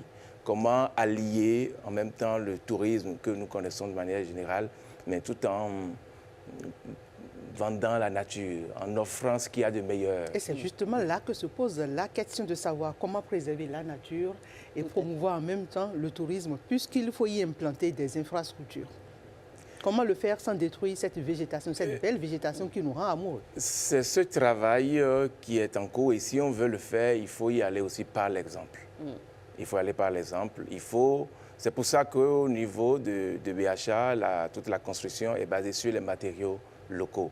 Les briques en terre stabilisées autobloquantes, le bambou que nous utilisons, que ce soit pour les plafonds, que ce soit pour les lits et autres.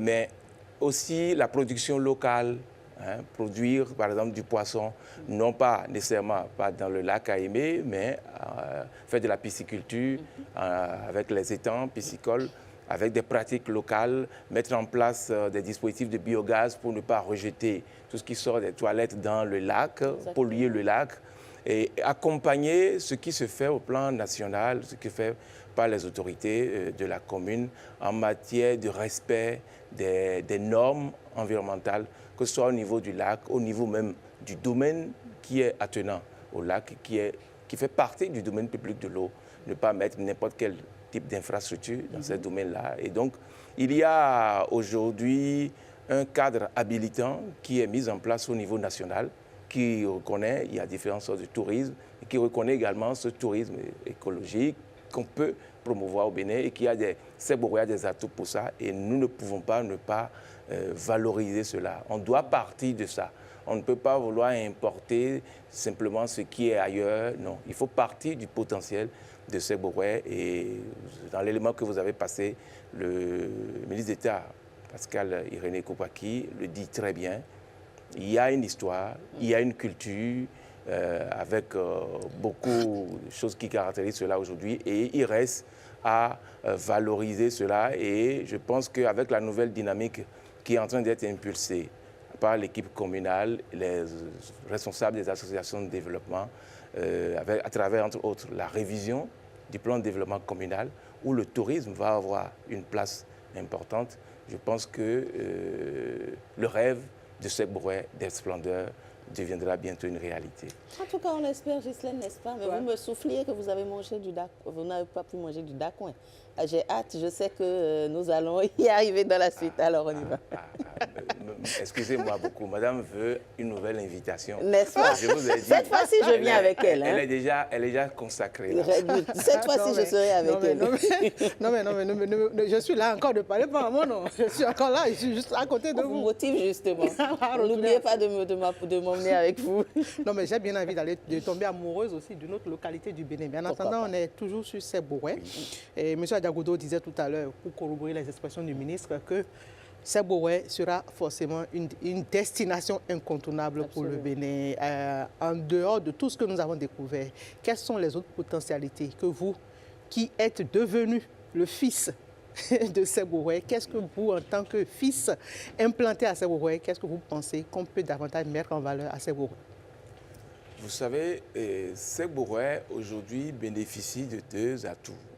Il y a le potentiel lié au lac Aimé lui-même, qu'on peut développer par du lac Aimé, mais il y a aussi le fait que Seboroué est riverain de Ouida. Ouida qui consacre aujourd'hui beaucoup d'énergie, beaucoup d'investissements en matière de développement touristique. Et à côté du tourisme de masse, il y a le tourisme authentique, où les touristes veulent, entre autres, habiter avec les populations locales, aller vivre, comprendre comment ces populations organisent leurs activités, quels sont leurs fétiches, quels sont leurs comportements religieux. Ils veulent tout découvrir. Exactement. Oui, et donc il y a ce type de tourisme. Il y a également le fait qu'aujourd'hui, en termes de valorisation du lac Aimé, mise en place d'activités nautiques, nous sommes encore vraiment au début. Il n'y a pas grand-chose. Nous rêvons que dans quelques années, si vous finissez ici à la SRTB, vous dites vraiment... Je vais me reposer à Sèvres-Bouet, que vous n'ayez même pas besoin de prendre votre véhicule. Vous allez peut-être à Ganry, prendre un bateau et que vous arrivez, vous allez peut-être jusqu'à l'embouchure du fleuve Mono. Les croisières, hein, voilà. Et au retour, vous descendiez à Béné Hôtel AEB, vous passez votre nuit. Le lendemain matin, le bateau qui rebrousse chemin vient vous chercher. Vous revenez à Cotonou. De quoi nous faire rêver et de quoi faire davantage rêver. Et Jennifer, elle est tellement pressée de voir si j'ai mangé du dacoin ou pas. Bon, j'ai préparé du dacoin. J'ai essayé d'y goûter parce qu'il y avait un autre mets. On va rapidement suivre comment j'ai pu mettre la main à la pâte à préparer le dacoin à Sèvres-Bouet. Passer un séjour à Sèvres-Bouet sans manger du bon dacoin, c'est rater sûrement son séjour. Nous n'allons pas rater ce séjour puisque nous y sommes actuellement et nous allons nous régaler avec un bon plat de dacoin. Mais avant, nous passons à la cuisine. Le dacoin, ce n'est pas du piron, parce que le piron, d'abord, c'est élastique, mais le dacoin n'est pas élastique. Et aussi, ce n'est pas bien cuit, parce que celui qui mange le dacoin doit avoir soif, sérieusement. Parce que comme le gari qu'on a fait avec n'est pas bien cuit, ça va demander de l'eau pour que ça soit bien digéré. Pour préparer le dacoin, il faut de la tomate, du piment, et oignons, des épices et le poisson et aussi du sel.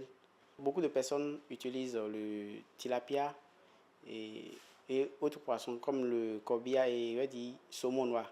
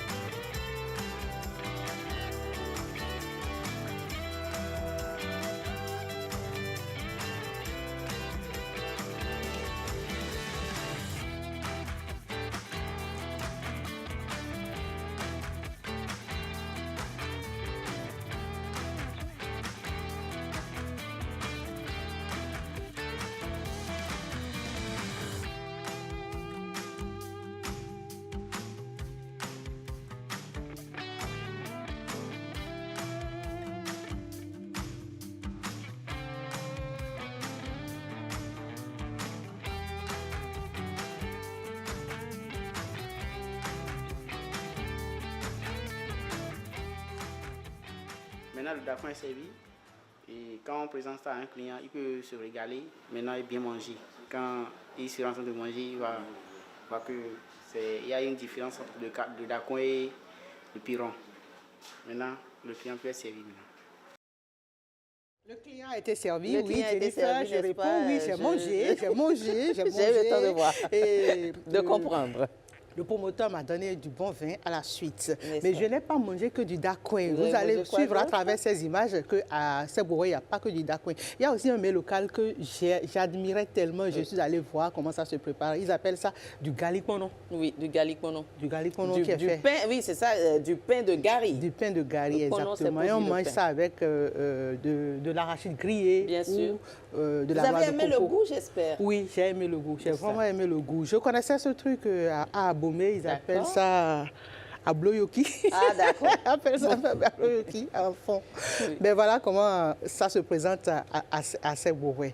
Donc, voici les délices que... Franchement, vous nous donnez envie d'y aller là tout de suite. En tout cas, j'exhorte tout le monde à faire un tour.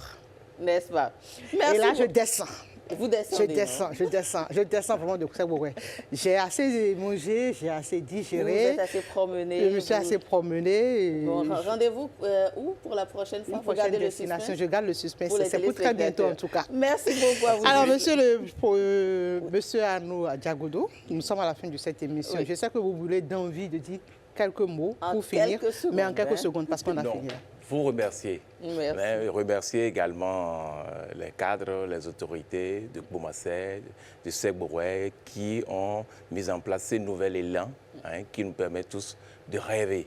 Mais demander aussi aux Béninoises et aux Béninois de soutenir ce qui se passe dans nos localités. Très important. Voilà, pour que nous puissions tous voir se réaliser des localités de splendeur. Et moi, je demanderais pour conclure que franchement, chacun de nous se mette dans l'ambition de faire du tourisme local. On a du beau au Bénin. Le tourisme local, on n'a rien à envier à d'autres pays. On n'a pas à perdre des millions pour aller prendre des billets d'avion sous d'autres cieux. On a du beau au Bénin. Merci beaucoup, Ghislaine, en tout cas. Je sais que c'est le combat que vous faites. Merci bien, Jennifer. Et c'était un plaisir. Je vous retrouve donc demain toujours avec le même plaisir. Vous cédez votre place à Christelle Tongodo et son invité. Ce sera bien sûr dans Instant Santé.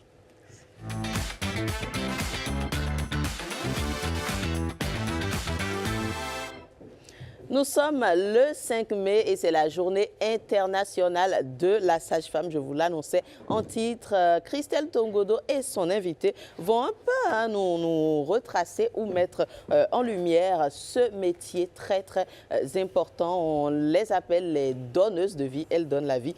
N'est-ce pas, Christelle? Bonjour à vous et bonjour à votre invité. Vous êtes divinement belle aujourd'hui. Oh là là, bonjour, ma chère, charmante Jennifer Santivi. C'est un plaisir, Christelle, de vous avoir avec moi. Alors, on parle de la sage-femme. Absolument. Vous l'avez bien annoncé, vous l'avez bien dit. C'est des professionnels de l'ombre, souvent discrètes, mais essentielles à chaque naissance au Bénin. Elles sont en première ligne pour accompagner la vie, parfois dans des conditions difficiles, entre engagement, défis du terrain et reconnaissance encore limitée, qui sont ces femmes au cœur de nos maternités. Ce 5 mai, nous faisons justement la lumière sur ces femmes, un aperçu dans cet élément que je vous invite à suivre.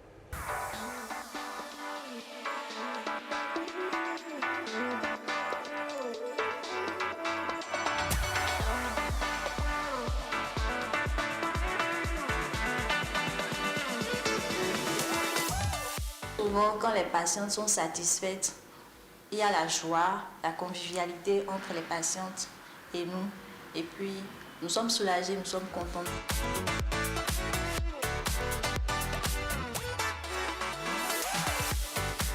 Au début, j'ai eu à faire des stages professionnels au CHT de Parakou. Après cela, je suis venue à Cotonou ici. J'ai travaillé dans une clinique de la place. J'ai eu à faire 300 accouchements. Tout s'est bien passé, mais j'ai eu à faire un accouchement de mort-né.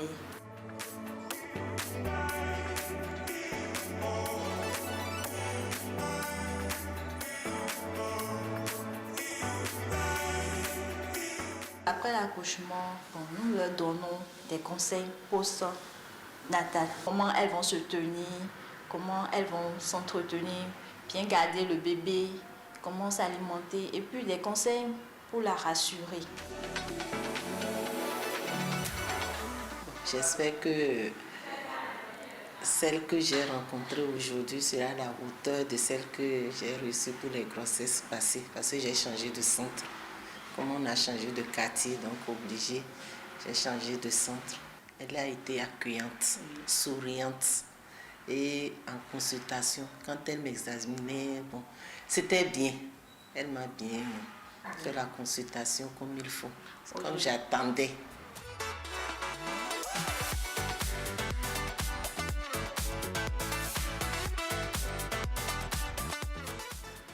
D'abord, quand nous venons au service, nous vérifions déjà le matériel en place. S'il y a un matériel qui manque, on essaie de mettre le matériel en place. Et puis quand la femme est déjà sur le point d'accoucher et puis nous la recevons en salle d'accouchement, nous essayons de l'installer sur la table d'accouchement. Nous faisons les amens. Après cela, nous prenons le carnet et puis sa carte maternelle. En dehors de ça, si elle a eu des échographies à faire, nous prenons les échographies, histoire de vérifier. Quand elle est en phase de latence, nous essayons de l'observer. La phase de latence, c'est comme le col n'est pas encore totalement ouvert, dilaté, jusqu'à 3 cm. On parle de phase de latence. Quand le col est dilaté à 4 cm et au-delà, on parle de la phase active.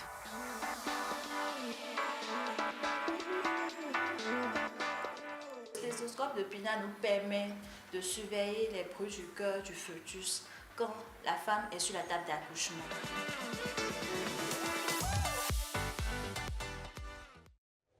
Et nous remercions la sage-femme Carmel Chancel Yimassou qui se prêtait justement à nos questions. Et aujourd'hui, nous recevons Madame Romaine Ronfort, sage-femme d'État, qui va nous entretenir ce matin sur son parcours et notamment ses défis. Madame, bonjour. Bonjour, Madame la journaliste. Soyez les bienvenus. Merci. Alors, qu'est-ce qui vous a donné tout de suite envie, justement, de devenir sage-femme? Quel était le déclic? L'envie de devenir sage-femme, je dirais que d'abord, c'est une passion. C'est une passion et dès le bas âge, j'ai vu ma maman se mettre à l'œuvre chaque jour parce qu'elle fut accoucheuse. Ce qui m'a donné cette envie de faire la même chose qu'elle, d'aider les femmes et de les mettre en confiance, surtout quand elles sont souffrantes lors des accouchements. Alors Jennifer, je n'ai trahi aucune confidence quand j'annonce ou je dis tout simplement que Madame Ronfort a failli devenir journaliste comme nous. Ah, n'est-ce pas? Ou du moins dans un passé très récent. Ah oui. Donc, je dirais les gènes ont repris le dessus. On peut le dire. C'est bien ça. Oui. Alors, pouvez-vous nous raconter un peu comment étaient vos débuts dans la profession? Quels sont les souvenirs les plus marquants que vous pouvez partager avec nous? Les débuts dans cette profession de sage-femme, ce n'était pas facile. Ce n'était pas facile. Il y a eu beaucoup de sacrifices. Il y a eu beaucoup de difficultés.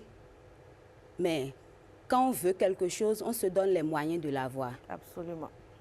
Donc, j'ai dû accepter tous ces sacrifices pour pouvoir être là où je suis aujourd'hui. On est curieuse de savoir qu'est-ce que vous mettez dans sacrifice, ça revient. Vous savez, ce n'est pas facile d'être mère de famille et d'être en même temps en formation. Et une formation professionnelle. C'est ça. Tu dois t'occuper de la famille, tu dois t'occuper de l'enfant et en même temps te mettre au pas pour les cours et respecter tout ce qui doit être fait pour donner le meilleur de toi-même. C'est ça. Donc, ça a été un peu difficile en ce moment-là. Mais avec l'aide de mes proches, j'ai pu tirer les épingles du jeu. Alors, partagez-nous votre première expérience en tant que sage-femme. Comment vous l'avez vécue? Nous sommes curieuses de savoir. Ma première expérience en tant que sage-femme, c'était extraordinaire. C'était bien. Parce que vu un bébé sorti pour la première fois, il y avait une satisfaction que je n'arrive pas à expliquer. Cette satisfaction de voir le bébé naître en bonne santé, de voir la maman aussi être en bonne santé et tenir son enfant dans ses bras, c'était vraiment extraordinaire et c'était une joie pour tout le monde. Alors, est-ce que vous étiez seule ou bien accompagnée d'un gynécologue, par exemple?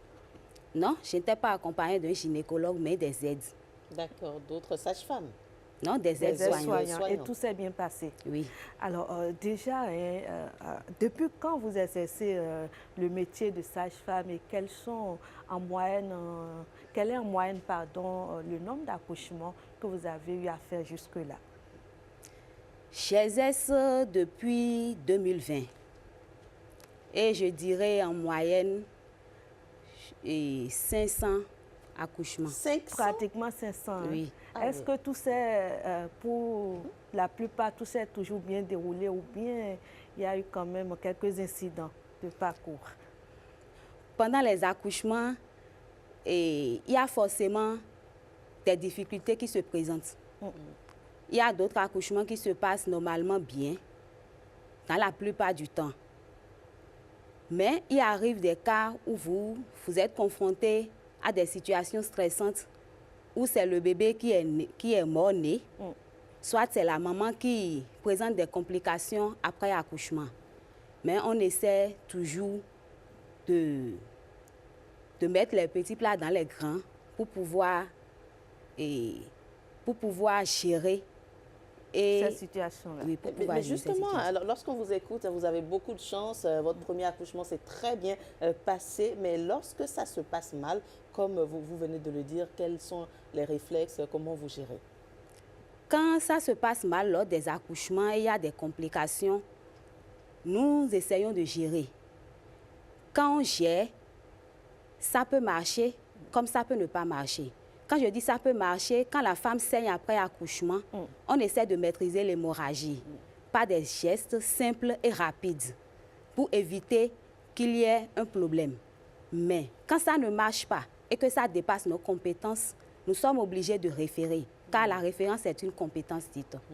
Alors, le métier de sage-femme, on le sait, hein, il évolue. Comment avez-vous vu changer justement les pratiques ou les attentes des patientes au fil du temps?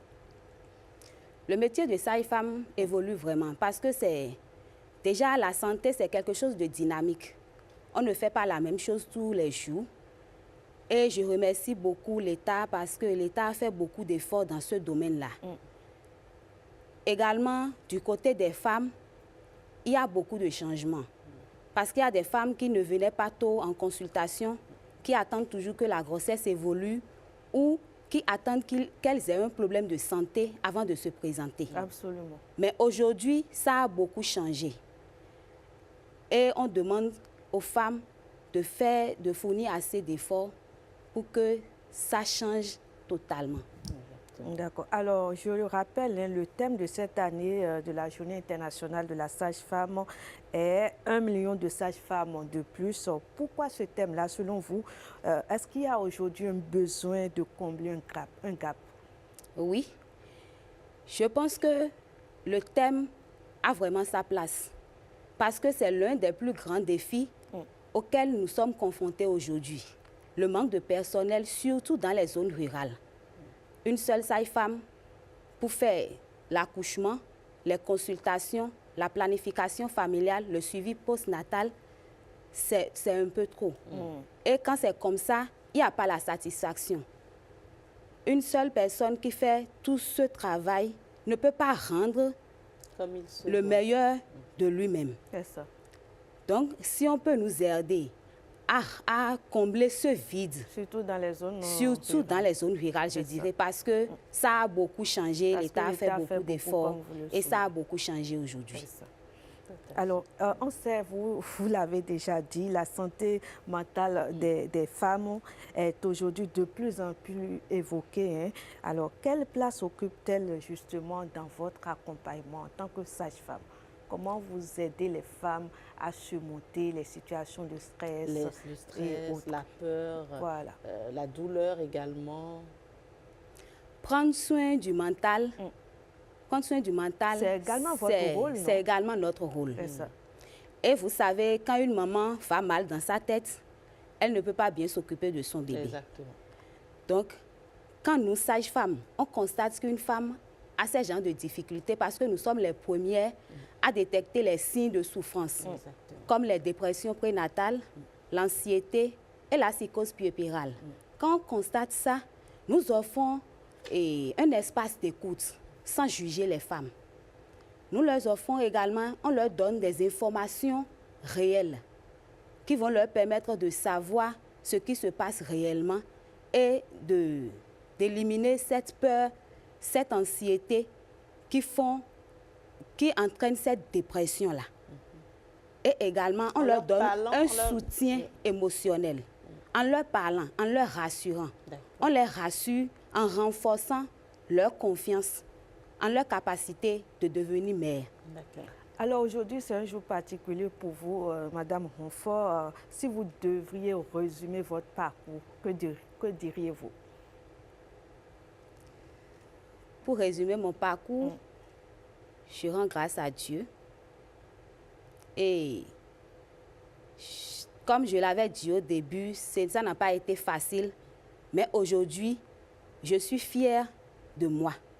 Et je suis fière. Vous pouvez le dire. Je suis fière de ce que je fais, de ce que j'ai accompli par la grâce de Dieu et de cette satisfaction que les femmes ont et de cette aide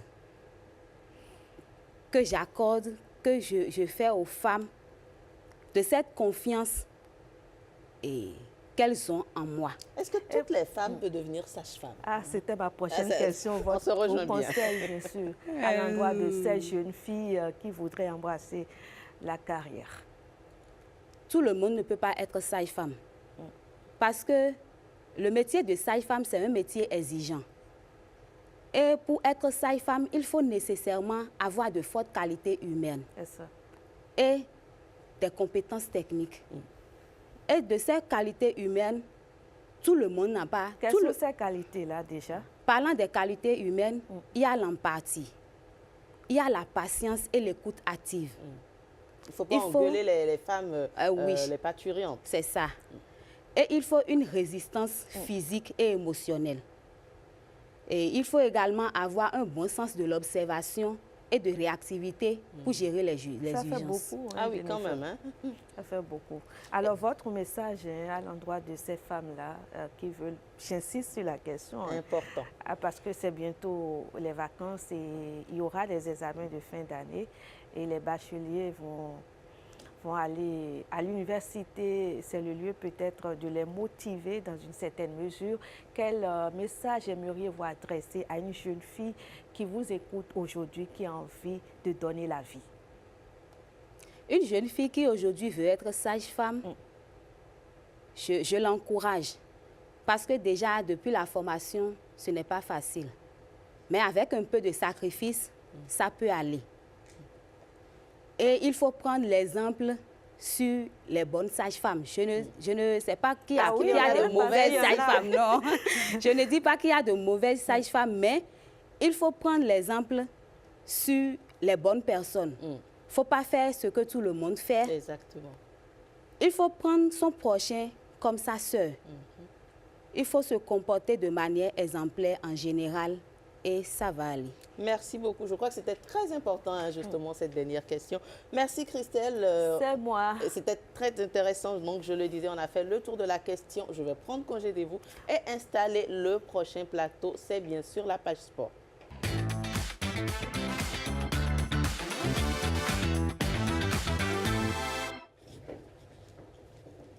On parle sport à présent et justement Hospice Mentoli est déjà sur ce plateau. On parle handball et on parle également du bras de fer. Alors bonjour Hospice et bienvenue.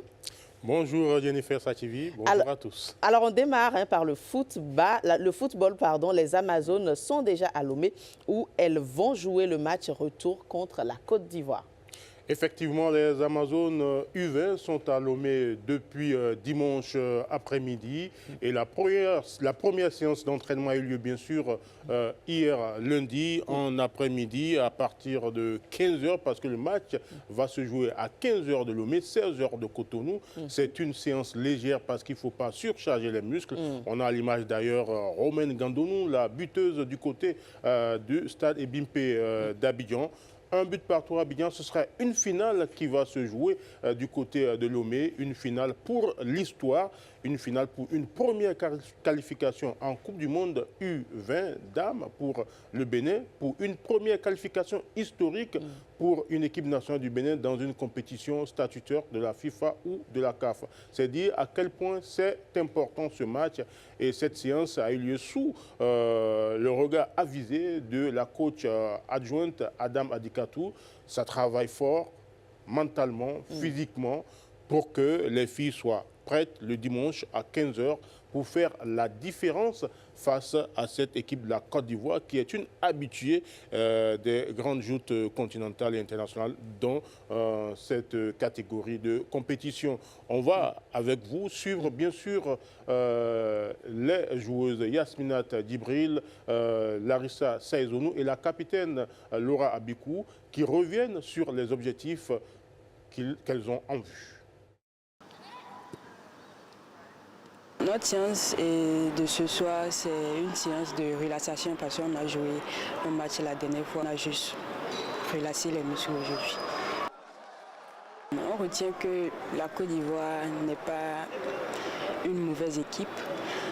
On essaye d'appliquer les consignes des coachs, nous appliquer, avoir la confiance en nous et puis communiquer entre nous pour pouvoir finir nos actions. Si on est là aujourd'hui, c'est pour un objectif et faire un match nul en Côte d'Ivoire, ce n'est pas encore la fin. On ne doit pas relâcher à la dernière minute, on doit toujours garder la tête haute pour pouvoir franchir cette étape. Pour le match de dimanche, ce que moi j'avais dit, c'est la concentration. Parce que dans la concentration, il y a tout dedans. Parce que à l'entraînement, l'envie de faire, l'engagement, les conseils des coachs, c'est avec ça on va affronter les Côte d'Ivoire le dimanche. On a travaillé devant le but, des prises de bol, et arasol, mi-hauteur, tout ça. Ouais. Jusque la communication et les sorties de balles n'étaient pas trop rapides. Alors s'il faut améliorer quelque chose pour le match de dimanche, qu'est-ce que vous, Larissa, vous comptez améliorer à votre niveau pour dimanche? Je dois améliorer mes sorties de balles, donc communiquer avec la défense et la confiance. Larissa Saïzonou, en tout cas, ça donne une fille tout très sur bien, le très terrain, en confiance. Oui. Et justement, Hospice, on reste avec les Amazones, mais celles du beach handball. Elles connaissent déjà la composition de leur poule pour le mondial en Croatie. Effectivement, les filles du beach handball connaissent déjà la composition de leur groupe. Elles sont dans le groupe D. Elles vont jouer bien sûr l'Argentine, championne de l'Amérique du Sud et centrale en 2026, vice-championne du monde en 2024. C'est une équipe très très forte, c'est la favorite de ce groupe D. Ensuite, il y aura bien sûr le Danemark, une nation traditionnelle du handball en salle, très grande nation de handball tout court. C'est aussi une équipe favorite pour le sacre final. Enfin, il y a les Philippines avec sa deuxième participation à la Coupe du Monde. C'est une nation en pleine progression. Il faut dire tout simplement, Jennifer Sativi, que les Amazones doivent travailler plus, hausser leur niveau de jeu pour pouvoir impressionner en Croatie en juin prochain. N'est-ce pas? Alors, est-ce qu'elles ont, c'est vrai que vous le disiez, il faut améliorer, est-ce qu'elles ont tout pour gagner? Gagner, ce serait prétentieux parce que c'est la première participation du Bénin à cette compétition. Par contre, il y a de la qualité avec les coéquipiers de Choukrat Imourou pour quand même impressionner, pour progresser, pour pouvoir faire bouger les lignes, même si au bout, le Bénin ne peut pas remporter le sacre au bout. On peut peut-être déranger un peu ces grandes nations que sont les Philippines, le Danemark et bien sûr l'Argentine.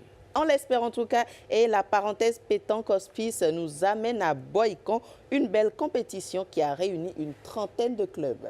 Effectivement, à Boycon, précisément à la place Goro, avec l'aide de la réalisation, on va voir les images. Il y a eu une très belle compétition du côté de la place Goro, organisée par le club, pétanque club de Goro. C'était pour célébrer l'anniversaire du club.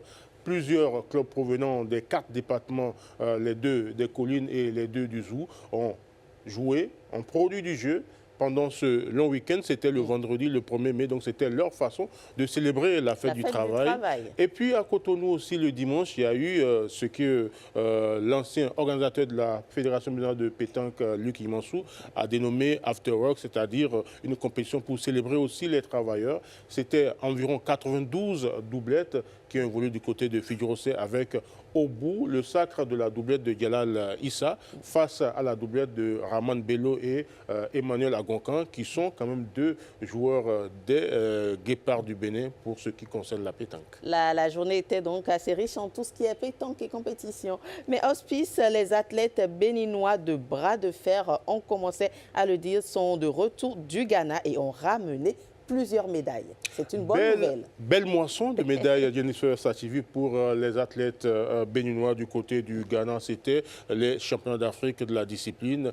Et ces athlètes qui ont rapporté 76 médailles ont été reçus en grande pompe par le ministre des Sports. On suit le sujet à nous proposé par Blaise Adampo. Derrière le sourire de Tilia Kiki se cache pourtant la douleur d'une fracture au bras contracté lors des championnats d'Afrique de bras de fer sportifs à Accra.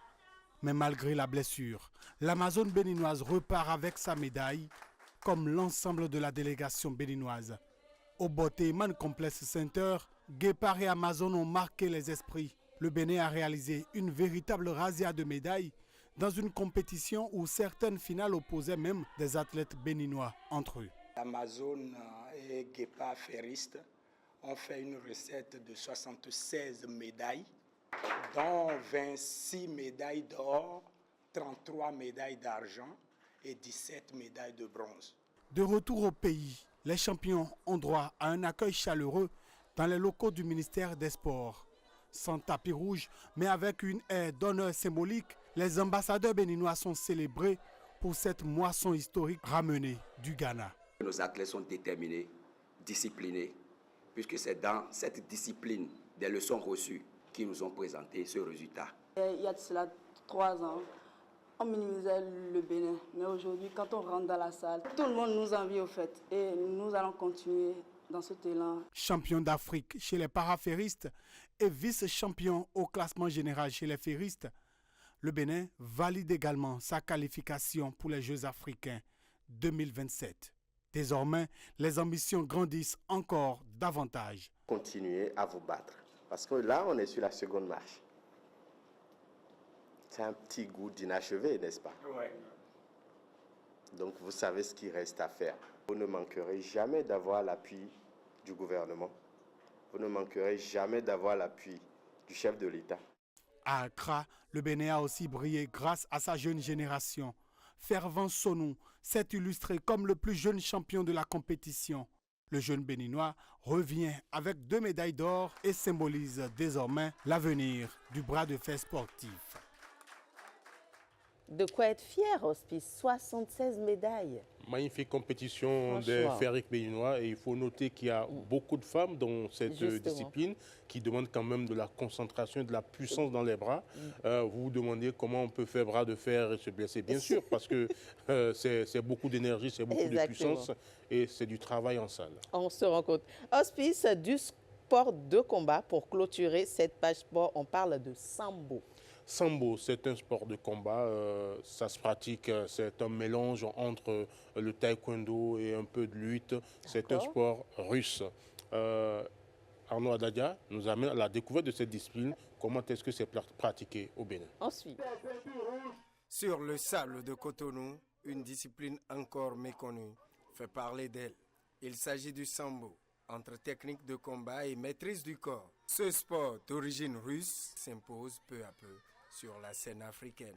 C'était ma toute première participation au sambo. Donc, bon, c'était pas facile, je dirais pas difficile non plus. J'ai tenu et bon, voilà. Mon adversaire, elle reculait trop, donc j'étais un peu distraite et elle m'a fait tomber. Pratiqué dans 35 pays en Afrique, le sambo se décline en plusieurs formes, combinant lutte et judo, combat qui intègre boxe et taekwondo et défense réservée aux forces de sécurité.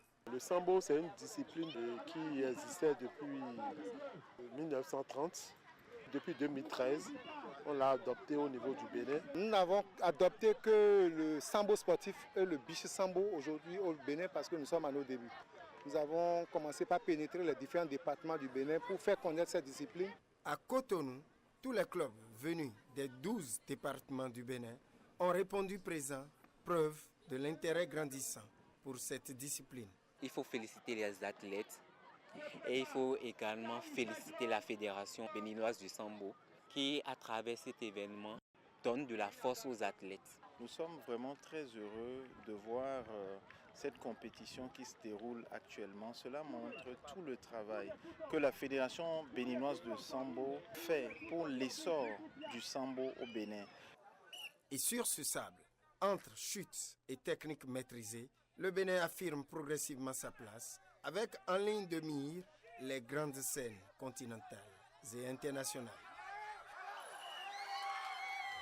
Un sport qu'on découvre et qu'on aime bien, n'est-ce pas, Hospice? Un sport très intéressant, pratiqué d'ailleurs par le président russe Vladimir Poutine. Oh là là, merci pour l'info. Et c'est tout donc pour cette rubrique, pour cette page sport avec vous, Hospice Métoli. On se retrouve demain, toujours avec le même plaisir. Vous serez avec Hugues Souzuno. Je serai avec Hugues Souzuno. Le rendez-vous, il est pris donc. Place à présent à la revue de presse. C'est avec Marcel Arossi.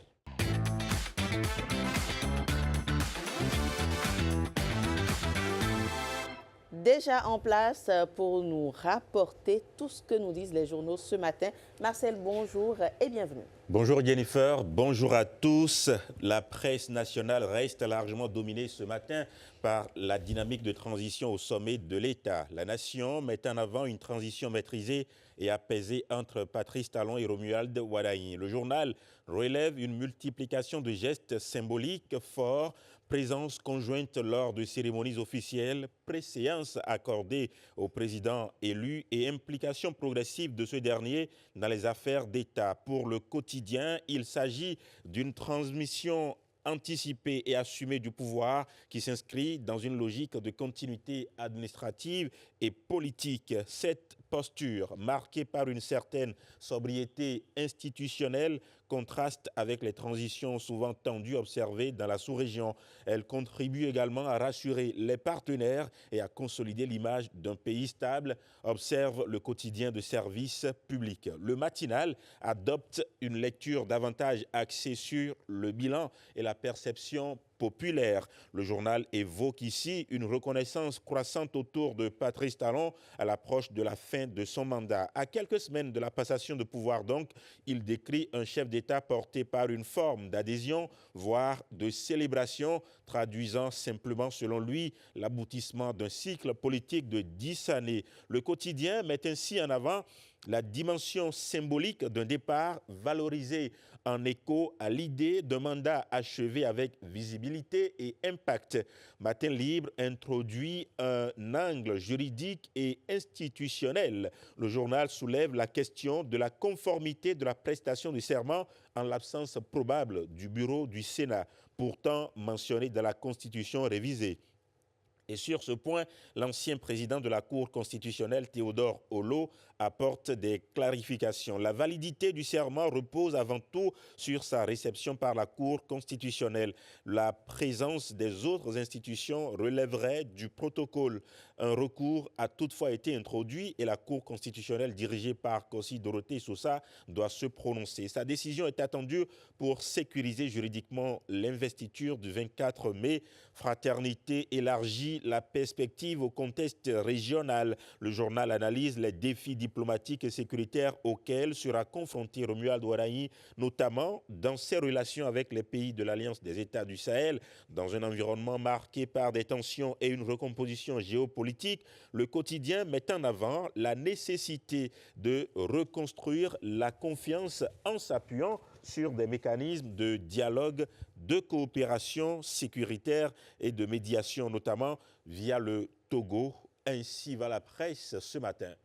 Merci beaucoup à vous, Marcel. On a donc fait le tour des journaux, mesdames, messieurs. On prend congé donc de vous. Merci de nous avoir suivis, d'être restés en notre compagnie. On se retrouve demain, toujours avec le même plaisir. D'ici là, portez-vous bien.